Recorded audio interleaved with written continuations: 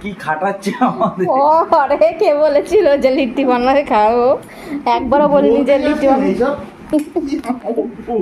আমার আমারও হোয়াটসঅ্যাপ করছে কালকে পাঠাবো। একজন বলেছে আর একজনকে ফাঁসিয়েছে, তোমরা বোঝো। একবারও কেউ বলেনি যে লিট্টি বানাও, নিজেই বলেছো। খাওয়ার ইচ্ছা আছে তাই বলেছে খাবো। একবারও বলিনি।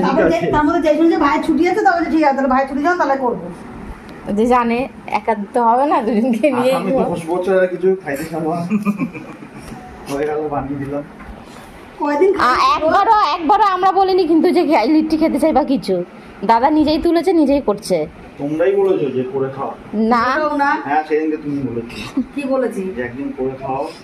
হ্যাঁ তো এটা বলতেই পারি। হ্যাঁ তো ওই জন্য তাহলে গায়ে লাগিয়ে নিতে হবে।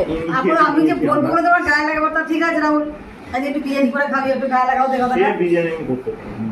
তোর মুখের মধ্যে দেখো কিরকম ভাবে করছি, এই যে এরকম ভাবে ভাজটা করতে হয়, এরকম ভাবে পুরো মোমো স্টাইলে। হ্যাঁ তারপর পরে গোল হয় না। This is momo. হ্যাঁ দেখি খুব সুন্দর হয়েছে।